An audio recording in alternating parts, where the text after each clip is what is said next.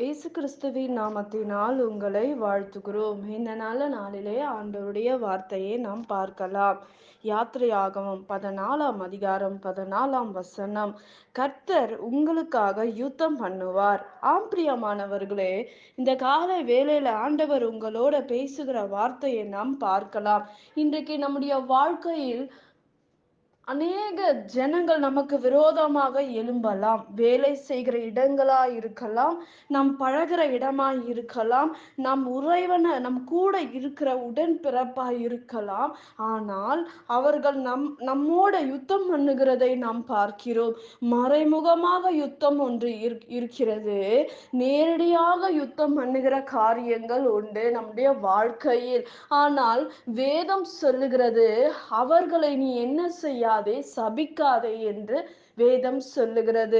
எத்தனை பேர் நமக்கு விரோதமாக நிற்கிற ஜனங்களை நாம் சபிக்கிறவர்களாக இருக்கிறோம். ஆனால் வேதம் சொல்லுகிறது, நீ சபிக்காதே, அவர்களுக்காக ஜெபம் பண்ணு, அவர்களை ஆசீர்வதி என்று வேதத்தில் ஆண்டவர் சொல்லுகிறார். ஆனால் எத்தனை பேர் நம்முடைய வாழ்க்கை, அது நீங்களா இருந்தாலும் நானா இருந்தாலும், நாம் ஆண்டவர் சொல்லுகிற காரியத்தை கேட்டு அதன்படி நடக்கிறோமா?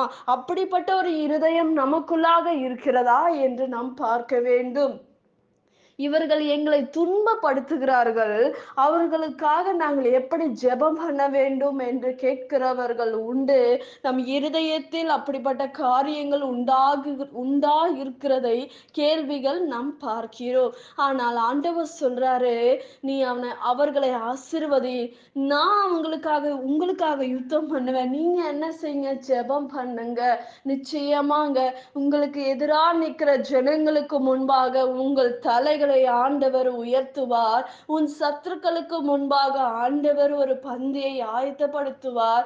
உங்கள் தலையின் மேல் ஆண்டவர் அபிஷேகம் பண்ணுவார் என்று வேதம் சொல்லுகிறது.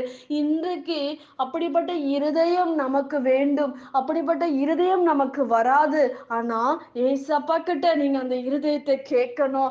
ஏசப்பா கிட்ட, ஆண்டவரே எனக்கு இப்படிப்பட்ட ஒரு இருதயத்தை, மன்னிக்கிற இருதயத்தை தாரும் என்று ஆண்டவரிடத்தில் நீங்கள் கேட்க வேண்டும். பிரியமானவர்களே, இன்றைக்கு நம்முடைய பாவங்களையும் நம்முடைய மீறுதல்களை எல்லாவற்றையும் ஆண்டவரிடத்தில் போய் நாம் மன்னிப்பு கேட்கும் போது ஆண்டவர் நம்மை மன்னிக்கிறார்.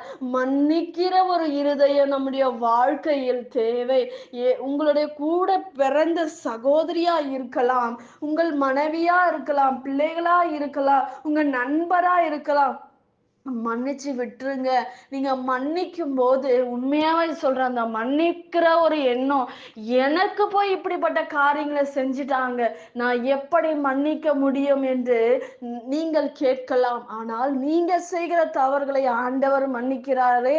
எத்தனையோ காரியங்கள் நம்முடைய வாழ்க்கையில் செய்கிறோம், ஆனால் ஆண்டவரே எங்களை மன்னிங்கப்பா என்று கேட்கும் போது ஆண்டவர் நம்மை மன்னிக்கிற தேவனா இருக்கிறார். பிரியமானவர்களே, இன்றைக்கு ஆண்டவர் சொல்றாரு, நீங்க மன்னிக்க வேண்டும் என்று ஆண்டவர் விரும்புகிறாரு. அதை மன்னிப்பை கேட்டு விட்டுருங்க.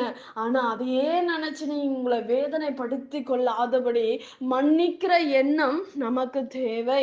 நீங்கள் உங்கள் பகைகள், உங்களுடைய விரோதிகளை நீங்க என்ன செய்ய வேண்டும், மன்னிக்க வேண்டும் என்று ஆண்டவர் சொல்றாரு. கர்த்தர் யுத்தம் பண்ணுவாருங்க. நீங்க சும்மா மட்டும் வேடிக்கை மட்டும் தாங்க நீங்க பார்க்கணும். ஆண்டவர் நமக்கு பதில் கொடுப்பார். ஆண்டவருடைய கரத்துல இப்படிப்பட்ட ஜனங்களை ஏசப்பா கிட்ட ஒப்பு கொடுத்துருங்க. ஆண்டவர் பார்த்துப்பாரு. அதை விட்டுருங்க. அதை ஏன் நினைச்சு நீங்க யோசிக்கவும் வேதனைப்படவும் தேவையில்லை. பிரியமானவர்களே, இன்றைக்கு ஆண்டவர் சொல்லுகிறார், நான் உனக்கு யுத்தம் பண்ணுவேன்.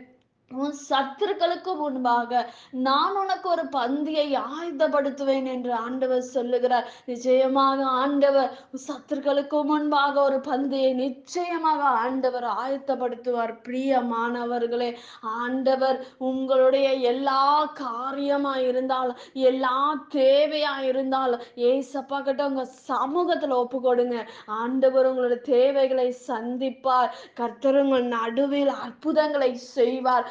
கர்த்தர் உங்களோட கூட இருக்க பூரணமான காரியங்களை உங்களுடைய வாழ்க்கையில் ஆண்டவர் தர அவர் வல்லமையுள்ள தேவனாய் இருக்கிறார். பிரியமானவர்களே, கர்த்தர் நிச்சயமாக உங்கள் சத்துருக்களுக்கு முன்பாக ஒரு பந்தியை ஆயத்தப்படுத்துவார்.